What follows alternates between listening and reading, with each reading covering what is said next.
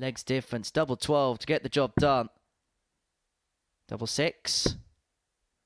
Now down to the trapdoor, but double 3 is found, and Marvin Van Velzen gets the better of Harry Ward by 4 legs to 1. It moves him on to 8 points in the group, and you can see how important that win was right off the bat for him, because he knows now that not just is he on 8 points, but his legs difference is going to give him a massive head start for the rest of the day. Good numbers. Average in excess of 90. The doubling may with a little bit of improvement, but overall, Marvin Van Velzen will be happy with the victory that he's got in his first game of the day. Coming up after the break, bit of a heavyweight battle really for the Super Series, as Corum Whitehead takes on Bradley Brooks. But that's 5 missed darts. Bullseye for Corum. Oh, wowza. What a dart that is. And once again, just put yourself in the mindset of Bradley Brooks. You've done everything right. When Corum Whitehead checked out on that 18 the previous leg, I did fear. But he's bounced back as Bradley. 140. Bradley so this is to win a real seesaw contest. 2 in his hand at tops. Now double 10. Whitehead lurking on 150. But he's not going to get a go because Bradley Brooks has got the better of Corum Whitehead in a last leg. The legs he won today were very, very good. 2 14s, a 15 and a 16 sees him over the line for 3. 97.88 the average, 4 from 12 on the doubles. Whitehead made a good fight of it, but was beaten in the end. Coming up after the break, Stephan Belmont up against J Croft. A 1-1-7 seems so much easier than 1-2-2, but will he be back? Not with darts like that. That's the J Croft they expected this week. I just sense he has to win 4 of his 5. And it may just be a solitary dart of the Bullseye. Gets one at double 11. Steps back. Composes. But cannot fire. Cannot execute. And Belmont's back for the match. Yeah, the width of a wire. He comes with a big reputation to Stephan Belmont. He hasn't been at his sparkling best. But his best is good enough to beat, once again, J Croft, who, once again, looks really disappointed in his performances. You just sense for J Croft today that he had to win at least 4 of his 5 games. That's an opening match loss. It's a shake of the head for Stephan Belmont, but he's done enough. Solid 84.34. Nothing really to separate them between that. Belmont, though, with that tops to see him through. As we move on to game 4 very quickly, it's Bradley Brooks against Marvin Van Velzen. Start there because I think Bradley was looking. He could have had the luxury of starting on treble 20 on the 1-8, but 74 points left. Double 10 for the finish of the week. What a finish. What a way to finish. And Bradley Brooks, isn't he bouncing back today? 2 wins out of 2. But Marvin Van Velzen, he played his part. An absolute cracker of a game. And Bradley Brooks is very much in the mix. Look at those numbers. Let's wax lyrical. 94.06 winning average. Marvin with the losing average of 95. Excellent on the outer ring once again for Bradley Brooks. That sublime 1-8 finish. What a cracking game. Follow that, Harry Ward and J Croft. They're up next. But Croft needs to go fishing. Yeah, a really good performance here from Harry Ward. Couldn't see out the job. And J Croft is just behind him right now. It's a bit of a nasty one. Double 5. Decisions to make. He's gone aggressive. But he gets there in the end. That was a really solid performance from Harry Ward. Once again, the trials and tribulations in this group here for J Croft continue. But Harry Ward, I hold my hands up. I got that one wrong, but that was very impressive. In his interview, he said he's going to get better as the week went along. A little bit more scoring around the 140s and 180s, and Harry Ward's looking good. His doubles have looked absolutely fine this week, and that's a very tasty victory for Harry. As next up, again, it's another heavyweight clash. It's Corum Whitehead against Stephan Belmont. In the bed a little bit, Corum Whitehead. It's 2 tops. There's one. Sweet as a nut. Second leg, Corum Whitehead. Get ready for the camera. Here we go. There we go. He knows where it is. 40. And from 1-0 down, Corum Whitehead leads by 2 legs to 1. It's another quality contest. And how many legs are we seeing today that are in 5-visit range? 13, 14, 15. And there's been a lot of 16s as well, particularly by Bradley Brooks as well left Stephan, you himself on require 27 because 32. he's hit the double 13. This game has been like a roller coaster, ups and downs. But it's shot. Stephan And the Belmont who match, once Stephan again Belmont. gets over the winning line. Not the day that Corum Whitehead wanted. He had that game in the palm of his hands, but a little bit of frustration. And this is what I should have done. He decides to do.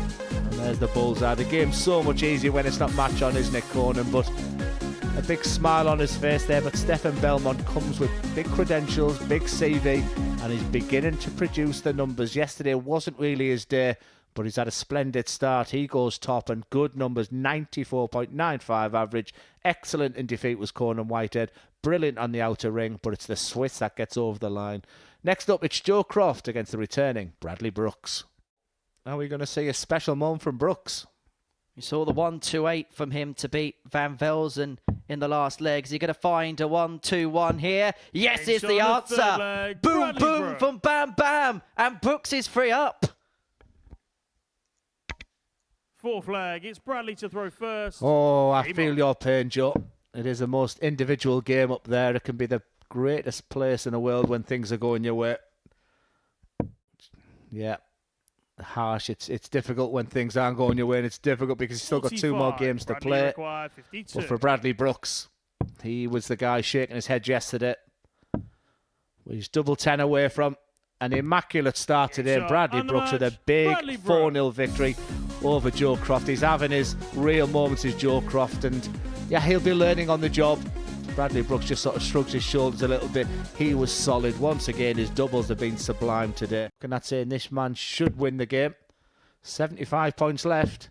It's Bullseye for a spectacular way to win this match. 87. And it looked like the Bullseye was begging at his mercy. Double 12.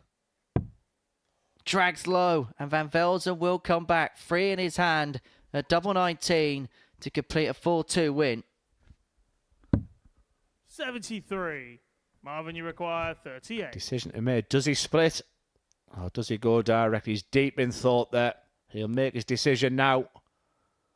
It's straight for it, and Marvin Van Velzen goes top of the table.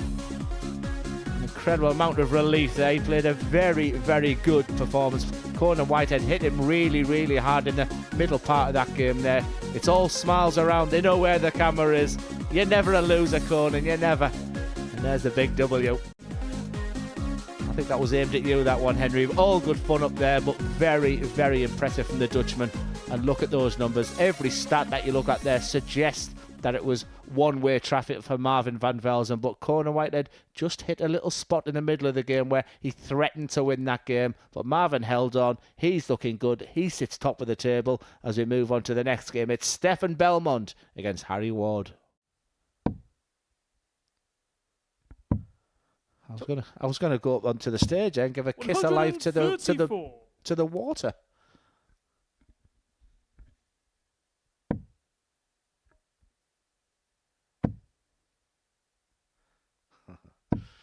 I think my sense of humour is not going down too well on the live chat. That's the Swiss flag, not the Red Cross. Apologies, I didn't know that is. That is absolutely superb from Harry Ward once again. Keeps him in the equation, and it sends Stephan down to 4th. And Harry Ward does pull off the 4-1 win against Stephan Belmont. Well, Belmont now, the Swiss, has got a bit of a mountain to climb, but Harry Ward is looking to ascend to his Everest. 4 players, all on 10 points in the group. At the end of the 3rd round of matches, Ward beating Belmont 4-1. Coming up after the break, it's the player at the top against the player at the bottom. It's the bookenders battle as Van Velzen takes on Croft. Once again, Van Velzen is having his most difficult period of the day so far. He's struggling to find any rhythm, any treble. And that is out to finish J Croft. We have talked about his finish and being his Achilles heel, where he's been second best throughout. Marvin Van Velzen to go top of the table, the first plate at 12 points. J Croft is pretty disgusted, disconsolate as he walks off there and almost apologetic. But I saw enough there for Marvin Van Velzen. He showed a lot of fight and tenacity. He's the one who goes top of the table there against the luckless J Croft. It was a tale of missed opportunities for Joe. And you can see what he thought about as he trundled off the stage there. But the Dutchman just done what he needed to do, and that's a mighty fine fight back. He'll be delighted to be on 12 points. Big game coming up next. Don't miss it. It's Bradley Brooks against Stephan Belmont. Well, this would be a seismic blow to Belmont if Brooks could take out the 106. And he's going to get a dart at tops. And he's going to pin the tops. And he snatches that leg from right under Stephan Belmont's nose. It's a hat-trick at top. One on the finish. And it was punished by Bradley Brooks. Will it be the same again? You can probably feel Brooks swoop in, and he does so again, and it's 2-0. 164. 6 from 164 to get the job done. Doesn't have to attack the bullseye if he doesn't want to. But he's going to go for it. And he almost got it. Yep, I like that. I like the aggression. Belmont is all over the place. Looks a little bit shell-shocked. And fair play to Bradley Brooks. 60. Bradley requires 2 darts for the match. Double 12. And Bradley Brooks is formidable. 4 wins from 4, and he is sailing up the standings in Group A. 12 points to his name, and he is 1 match away from completing the cards. But as far as Stephan Belmont is concerned, 2 defeats in his last 2 matches now sees him on the back foot. Coming up after the break, we're going to watch Corum Whitehead up against Harry Ward. For the match, and for a dozen points in the group. Double 16. 88. Doesn't go, and Whitehead has a chance to take us the distance again. Will he be back? 72. He'd expect Corum to have at least a dart or a double. That will be the case if he can stay straight on the 20. Doesn't need to move this time. 32. For the match. 1 dart. Take your pick. It's double 16. For his first win of the day. Relief on the face of the Barbarian as he finally crosses the finishing line. He gets the better of Harry Ward by 4 legs to 3. An outpouring of relief for the former champion who won that game on the double that won him the title back in October 2022.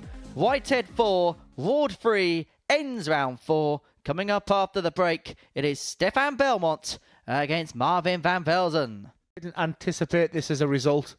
It might take something very special. Very, very special. Oh, yes, Marvin van Velzen. What a finish that is. Stephan Belmont was looking brilliant in this game, a 2-0 up. But this, for 14 points overnight, to be top of the table going into the last day, no matter what.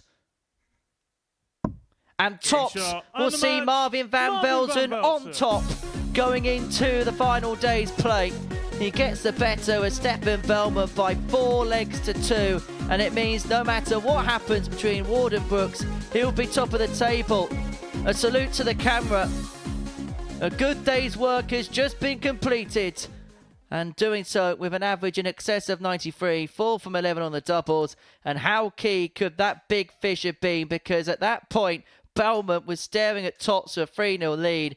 He didn't get any opportunities after that, and Van Velzen moves on to 14 points. Croft and Whitehead is the battle of the cellar dwellers, and we're going to watch that after this short break. I think you'll see the flight and the stems get launched in a minute. Well, I'm glad we've got a window covering us these days. Because Corum Whitehead has left Bullseye. 16. Will he be back? He's had his trials and tribulations, as we've mentioned, on the doubles as J Croft. But after 5 matches of losing, he ends that streak, and he will go on tomorrow on the back of a victory. It had the feeling of a basement battle. Once again, Corum Whitehead will be going for the ball. No doubt it's gone straight in there. But it's J Croft that gets the deserved victory in the end by 4 legs to 1 over Corum Whitehead. Nothing to write home about. 1 from 10 on the outer ring was the Achilles heel for Corum Whitehead. He doesn't look too frustrated, but I think that's his chances gone of victory in Group A. He'll have plenty to play for tomorrow with Group B and Group C. But J Croft, he finishes with victory as we move on to the final game of Game 2. It's Harry Ward against Bradley Brooks. Now looks at tops to make it 3-3. Double 10, he's been good on this today. Chasing 5s. Wow. Well. Harry, you require 156. And the only reason I say that as well is, yes, 156 is tough, but if the first one goes in, what have you done, Bradley Brooks? Brooks said Harry Ward couldn't. 138. And Bradley Brooks was Bradley right. Require 40. That was a heart-in-mouth moment for the man from Blackburn. But he has to take it now. He has to find it now. And he does find it with the last dart in hand. He gambled, but the gamble paid off. Bradley Brooks, to complete the card, is going to get 2 in his hand, a double 12, double 6. Wham, bam, Brooks is the man on day 2 at the Live Lounge. He completes the card, he wins 5 from 5, and he tells us he's won 5 from 5. Well, yesterday was a day of trials and tribulations at points. Today, a day of elation and jubilation for Bradley Brooks. He has beaten Harry Ward by 4 legs to 3. He's won 5 from 5 on Tuesday. And he and Marvin Van Velzen will both be on 14 points going into the final day's play in Group A. Myself and Glenn Durrant will analyse all the action after this short break. Welcome back to the Modus Super Series, where we're joined alongside Bradley Brooks, who has won 5 from 5 on Tuesday. But goodness me, that last one was hard work, wasn't it? Yeah, like you say, the 156 that I bust, maybe I shouldn't have busted it. I nearly had to taste my own medicine there. But you say, I thought today I played all right, but yesterday I thought I was all done by. But let's talk about that 156. If you just have a look down at that monitor, we've got that moment there. So you miss the tops, you go inside on the 10s, and then you burst the score. Now, dart for dart here from Harry. Talk us through what you're thinking at exactly every moment. Yeah, like you say, I know Harry is more than capable, so is everyone in the group of taking it out. But I just thought maybe, because yesterday I thought I was unlucky, I thought maybe I had the luck today, but as you saw by my face there, I thought it was going. And then, like you say, my first one at tots was a bit wild. I think that was the adrenaline of him missing, but luckily I managed to drop in last night. So, does it feel like added pressure when he misses because he's gone for the double 18? Do you feel an extra pressure of, right, I've nearly messed up here, I have to get this right? Yeah, I think so. I think it was more the fact of, I was saying, you won't hit, I will hit, and then when you miss your first and you miss your second, you do a little bit, yeah. Well, Glenn, what's been your overall assessment of Bradley's day? Well, if it had been yesterday, that 156 would have gone, because Bradley Brooks was averaging 102 and losing games, averaging mid-90s and losing games, and the tide just turned earlier. Now, Bradley Brooks is a former World Youth Champion. Bradley Brooks is a great frontrunner.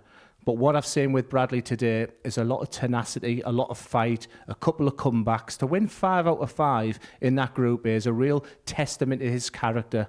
And at times, I've sort of criticised him in comms. I'm not 100% certain about his equipment, because he's smashing in a treble 20, then having to move down to a treble 19 because the dart is going in and sitting down. But I tell you what, today he really, really impressed me. He's a great guy. You want him to do well. So for a professional player then lose your card, sometimes it's difficult to bounce back. This Modus Super Series should be a catalyst for him. He should have things out there. Great job. How have you found that process the last 8 months? Like you say, I never wanted to lose my tour card. I always enjoy, like you say, Glenn was like one of the top dogs when I was there, and Glenn knows how hard it is. But with all the Moduses and how it's run, it is quite easy to adapt to, like, from the PDC to here, because you've got so many options, and Modus is a great place to go to. Then you've got stuff like the ADC as well. So I say I keep myself busy. I'm probably playing more darts now than I have been in the last 4 or 5 years, to be honest. And in terms of your form, particularly recently, things have really gone in an upwards direction, because it felt like at the beginning of the year, everything was just kind of a restart for yourself. Yeah, like I say, I wouldn't say I'm fully like at my top level. I think there's a few things that I need to work on. Like I say, I'm going through the change of my throw, which sometimes I can. But the only thing I will say with that is I can tell when I throw a bad dart, which is a good positive, because if I didn't know where I was going wrong, that's when you got the problems. But I say it's just at the minute, just try and error, and like you say, I'm enjoying my darts at the minute. Can I just answer? I mean, I've spotted his bad dart as well, and early on Monday it was 1 in 5 darts. Today it was 1 in 20, and it's all about the feel. When you feel that extension of your arm and you finish the job, that's when he's throwing good darts. And your timing was absolutely impeccable. We've just seen that 1-2-8 against Marvin. And when you have a look at the league table, that is oh so pivotal, because now you and him both on 14 points. You've closed the gap to a degree as well in terms of the legs difference. And I don't know whether you know this, but you two play in your first matches tomorrow. Like I say, Marvin's playing very well. I've seen him at the development tour. He's playing very well. And he's played well both days. But like I say, yesterday I felt I was to walk away with 2, and I felt quite a bit hard done by yesterday, only walking away with the 2 out of 5 wins. But so I spoke to family and friends yesterday, and I said today, if I keep playing and just take the right shots at the right time, I can't see where I go 5 out of 5, and that's what I've done today. Overall, and just talking rather more generically, you've got a big end of the year ahead of you. You're going to be playing here in the Championship Tour. Got a very good chance of being in the Global Championship in December as well. Where would you say your game is at? If I was to tell you where peak Bradley Brooks is, where would you say you were now compared to where you have been in the past? Like I say, I will be the first to admit my bad games are creeping in a little bit more than they used to. But I don't know if that's because of the confidence, or it is the change in the action, But when I'm on it, I think I am just as good as I was when I won the World Youth, when I was playing at the Worlds. I don't think it's not a million miles off. It's just trying to cut the stuff in between out. I would say don't go for style over substance. I'm obsessed with throws now, and I think his throw looks as good as ever. He just needs to feel that dart. That one dart that he's thrown, which he's talking about, it's just sometimes the timing looks a little bit off. I think when he gets the backswing right, I think he looks great. And he has this real long arm as well. And like I say, I wouldn't beat himself up if I was Bradley Brooks right now. I've seen him for 2 days now, studied every dart he's thrown. I think his throw looks in good shape. Overall, tight race tomorrow. Yeah, can't wait. I'm disappointed slightly it's the opening game, but I'll be watching. Unfortunately, I'll be watching from Germany tomorrow, but I will be back Friday. I expect this man to be in the final on Saturday night. Good things happen to good people. Well done to Bradley Brooks today. If you hated working with me that much, you've had to fly out the country. Got to get away from you, Henry. Well, Glenn, it's been good fun today. Really enjoyed your company. Bradley, many congratulations cheers. today. Thank you very much. Good luck tomorrow. Cheers. We'll see you tomorrow as well. 9:30, we kickstart on the Super Series YouTube channel to see who is going to be the first player through to finals night. And with a bit of a bam bam and a boom boom, Bradley Brooks, well, he's fighting for top of the group.